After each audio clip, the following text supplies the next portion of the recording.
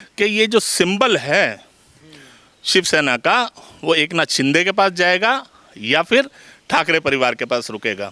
क्योंकि आप देखिए 37 के बाद उनका काम चलता था अगर उन्होंने सरकार गिरानी थी, लेकिन वो क्या करें कि अब मेरे पास 40 हो गए, अब मेरे पास 46 हो गए, और हमारे पास जो अपुष्ट खबरें आ रही हैं, इनके पास 50 से भी ऊपर विधायक हो सकते हैं, जा सकते हैं। सारी लड़ाई इस बात की है कि असली शिवसेना कौन। 2022 शिवसेना भाजपा से अलायंस तोड़ा, एनसीपी और कांग्रेस के साथ मिलकर सरकार बनाई। एकनाथ शिंदे शिवसेना के कद्दावर नेता, आज उनके पास करीब 44 विधायकों का समर्थन है और उद्धव ठाकरे की मीटिंग में सिर्फ 14 लोग आते हैं।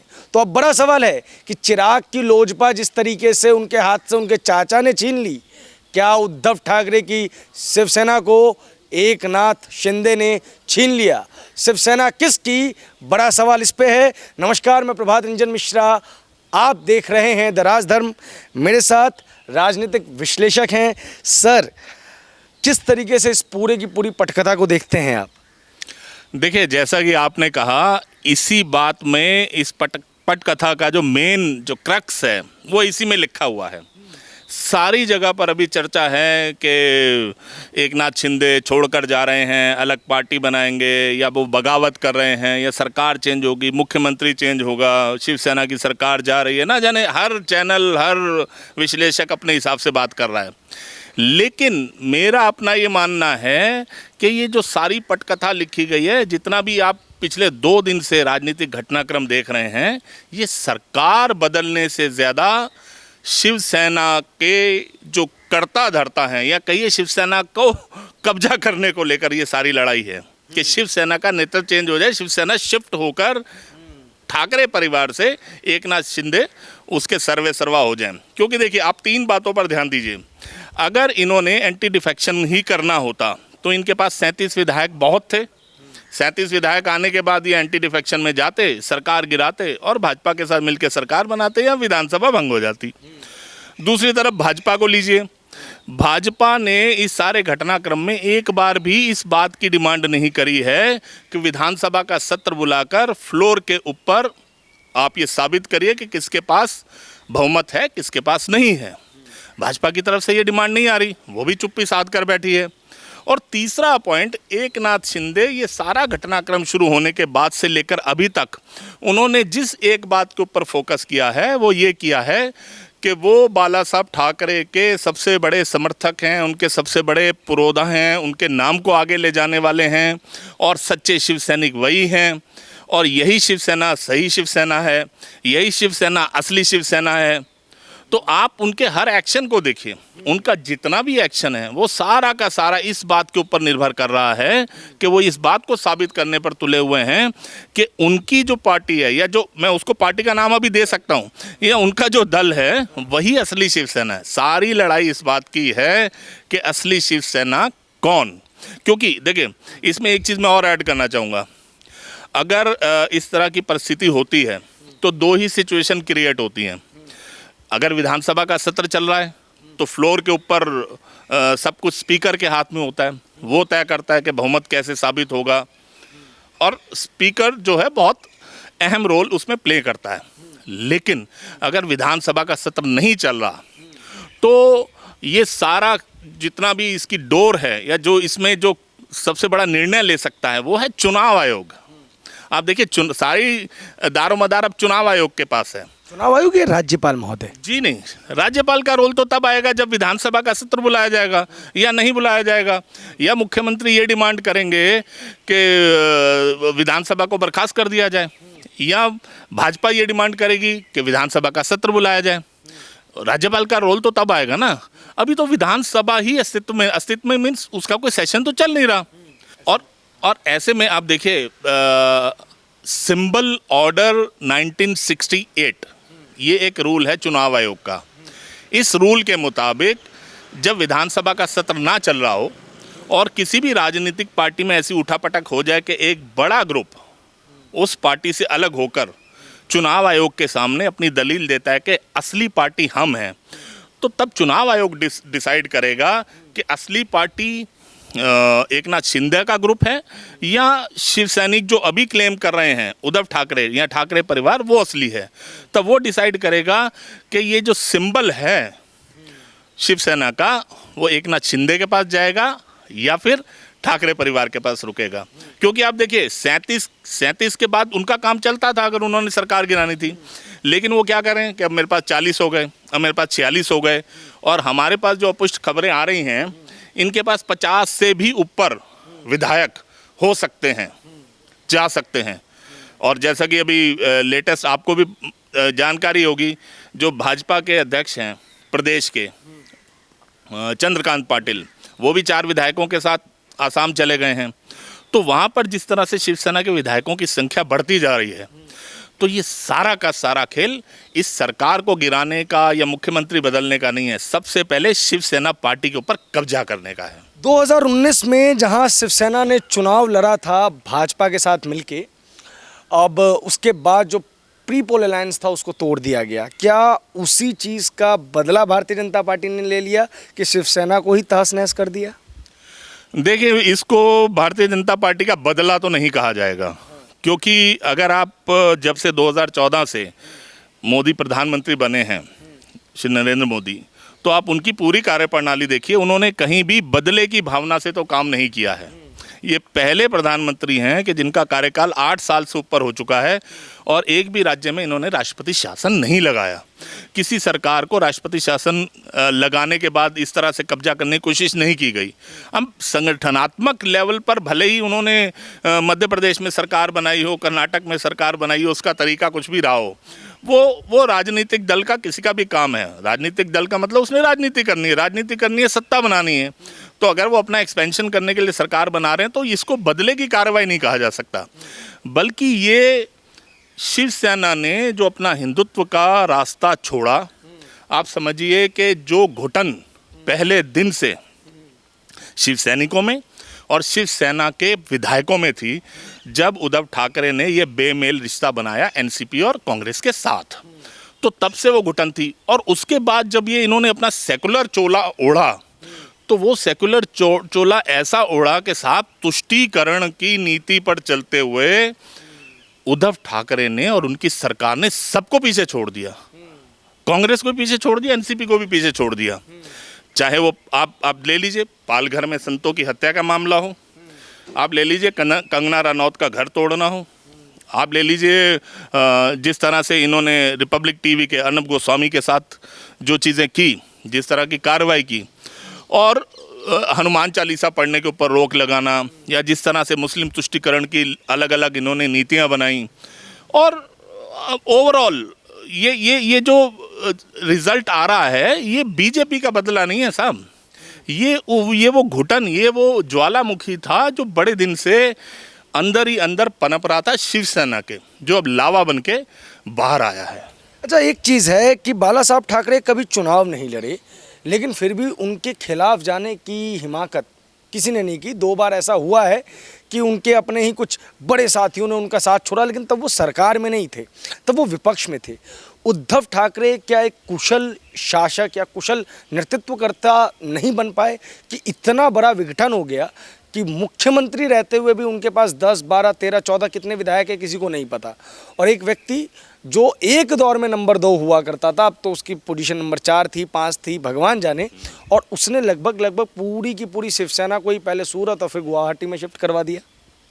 देखिए जी, जहाँ तक बात है उद्धव ठाकरे की, तो उद्धव ठाकरे ना तो शासक थे, ना प्रशासक थे, ना एडमिनिस्ट्रेटर, ना संगठनकर्ता, उनको संगठन भी चलाना नहीं आता था। दरअसल भारत में जितनी भी परिवारवादी पार्टियां हैं, उनके साथ सबसे बड़ी दिक्कत यही है कि जिस पहली पीढ़ी ने अपना खून पसीना एक करके संगठन करके कोई भी पार्टी खड़ी की हो, आप एक नहीं कोई भी पार्टी ले लीजिए। उत्तर प्रदेश में मुलायम सिंह यादव ने पार्टी खड़ी की, उसने प्लेट में सजाकर अपने बेटे को सत्ता सौंपी, क्या हुआ? उसके बाद अखिलेश 12 का चुनाव हारे, 17 का चुनाव हारे, 19 का हारे, 22 का फिर हार गए, और अभी भी ऐंठ में है कि उनसे बड़ा कोई एडमिनिस्ट्रेटर। 12 का तो जीते थे, 12 का जीते थे, 17 से हारना शुरू हुए। 17 से हारे, 14 का लोकसभा हारे, 14 का लोकसभा हारे, 12 के बाद 14 का लोकसभा हारे, 17 हारे, 19 हारे, 22 हारे, 4 चुनाव वो लगातार हारे। इसी तरह यहाँ पर हुआ यहाँ पर बाला साहब ठाकरे जो कि मतलब रिमोट कंट्रोल से सरकार चलाते थे, यहाँ तक कि उनकी सरकार हो या ना हो, रिमोट कंट्रोल बाला साहब के हाथ में रहता था। वो जो चाहते थे महाराष्ट्र में वो होता था। तो वो जो उनका आभा मंडल था, वो जो प्रभाव उन्होंने उत्पन्न किया था, वो इसलिए किया था कि वो एक अपनी संगठनात्मक ताकत के साथ साथ उन्होंने अपनी एक त्याग करने की भी जो एक प्रवृत्ति थी कि वो चाहते तो वो मुख्यमंत्री कब के बन सकते थे, वो नहीं बने। जयप्रकाश नारायण का उदाहरण है इस देश के सामने। तो उद्धव ठाकरे की ये जो महत्वाकांक्षा थी, ये जो उच्चाकांक्षा थी कि बिना कुछ किए धरे, जब उनको सत्ता का एक मोह हुआ कि भाई इतने टाइम से हम बड़े भाई की भूमिका में थे, तो अब जब 2019 का चुनाव हुआ तब उन्हें लगा हम तो अब भी बड़े भाई की भूमिका में ही रहेंगे। लेकिन वहाँ वो ये भूल गए कि पहले जब शिवसेना बड़े भाई की भूमिका में होती थी तब बाला साहब ठाकरे वहाँ पर थे और उनके जो नंबर ऑफ एमएलएज होते थे वो बीजेपी से ज़्यादा होते थे। जबकि इस बार उनके 56 एमएलए आए, बीजेपी के 106 आए। तो स्वाभाविक रूप से नंबर गेम के हिसाब से भी बड़ा भाई भाजपा हो चुकी थी। लेकिन वो महत्वाकांक्षा इतना सिर चढ़कर बोल रही थी कि उन्होंने जब भाजपा के साथ बातचीत हुई तो उन्होंने कहा मुझे मुख्यमंत्री बनाइए। उन्होंने कहा या अपने बेटे आदित्य ठाकरे को लॉन्च करने के लिए? क्योंकि उद्धव तो खुद चुनाव भी नहीं लड़े थे। आदित्य ठाकरे पहली पीढ़ी है, मतलब 3 जनरेशन से ये पॉलिटिक्स में है, जिसमें से पहली पीढ़ी आदित्य ठाकरे ही हैं जिन्होंने चुनाव लड़ा और वहीं से सारा का सारा कियोस्क क्रिएट हुआ। देखिए, जहाँ तक जो पॉलिटिकल सर्कल्स में जो कहानियाँ घूमती हैं, जो सत्ता के गलियारों में, आदित्य ठाकरे बेशक से मुख्यमंत्री बनना चाहते थे और उद्धव ठाकरे भी शुरू में चाहते थे कि आदित्य ठाकरे ही मुख्यमंत्री बन जाएं। लेकिन ये जो बेमेल गठबंधन हुआ, इसके जो चाणक्य थे, इसके जो नीति निर्धारक थे, शरद पवार ने बड़ा एक सीधा सा ये वाली बात कह दी कि भाई अगर हम समर्थन कर रहे हैं तो मुख्यमंत्री उद्धव ठाकरे ही रहेंगे। क्योंकि शरद पवार, देखिए, वो कुछ भी कहें कि वो बहुत बड़े चाणक्य हैं, जो भी हैं, पर महाराष्ट्र में तो उनका प्रभुत्व है ही। तो एक राजनीतिक कुशलता के नाते उनको पता था कि आदित्य ठाकरे जो हैं वो यंग हैं, कुछ सोच सकते हैं, कुछ नया कर सकते हैं, लेकिन उद्धव ठाकरे को मैनिपुलेट करना आसान है। तो इसीलिए उन्होंने इस बात पर जोर दिया कि भाई उद्धव ठाकरे जो हैं वो मुख्यमंत्री बने, और इसको लपक कर उद्धव ठाकरे ने माना भी। उन्होंने अपनी बात को स्ट्रेस नहीं किया, जैसे उन्होंने भाजपा के सामने इस बात को रखा कि नहीं मुख्यमंत्री शिवसेना का बनेगा। ये बात उन्होंने महाराष्ट्र विकास अघाड़ी MVA बनने के बाद इस बात को नहीं रखा कि नहीं आदित्य को बनाइए। वो फटाफट बनने के लिए मान गए। तो मतलब कहीं ना कहीं उनके मन में भी उत्कंठा तो थी मुख्यमंत्री बनने की, और वो बने। अच्छा सर, आपने एक चीज़ का जिक्र किया कि महत्वाकांक्षा या मिस इंटरप्रिटेशन, मैनेज कर ले जाएंगे, मैनिपुलेट कर ले जाएंगे। अभी कुछ दिनों पहले मैंने उद्धव ठाकरे का एक बयान सुना था जिसमें वो कहते नज़र आए थे कि बाला साहब ठाकरे को कुछ लोग मैनिपुलेट कर लेते थे। अभी की अगर बात की जाए, जो शिवसेना है उसमें एकनाथ शिंदे 4 बार के विधायक बेहद खास बाला साहब ठाकरे के। क्या ये जो जंग थी जिसका रिजल्ट अभी आया है, इसकी पटकथा पहले से लिखी जानी शुरू हो चुकी थी और ये जो तंज था वो एकनाथ शिंदे जैसे लोगों के ऊपर ही कसा जा रहा था? देखिए, इसकी पटकथा तो उसी दिन लिखी जानी शुरू हो गई थी जिस दिन ये सरकार बनी थी। लेकिन शायद कैसे भी लुढ़कते पड़कते ये सरकार अपने 5 साल पूरे कर लेती, क्योंकि इनके पास नंबर तो था ही और नंबर है भी। अभी के हिसाब से देखें तो नंबर है टेक्निकली। लेकिन ये जो पटकथा लिखी जानी शुरू हुई, ये पटकथा तब लिखी जानी शुरू हुई जब शिवसेना ने अपनी जो हिंदुत्व की लाइन थी, या हिंदुत्व की लाइन नहीं भी थी लेकिन वो तुष्टीकरण में तो बिल्कुल ही नहीं थी।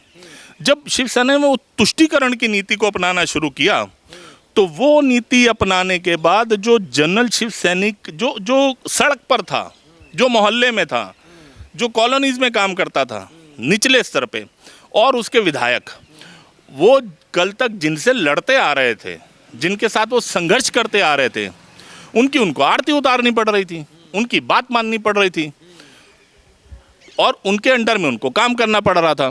तो ये पटकथा तो उसके बाद लिखी जानी शुरू हो ही गई थी। और फिर जैसा उसके बाद मैंने बताया कि लगातार हनुमान चालीसा वाला प्रकरण ले लीजिए, पालघर में संतों की हत्या का प्रकरण ले लीजिए, तो लगातार ये पटकथा मजबूत पे मजबूत होती चली गई, जिसका कि आज हम निराकरण देख रहे हैं।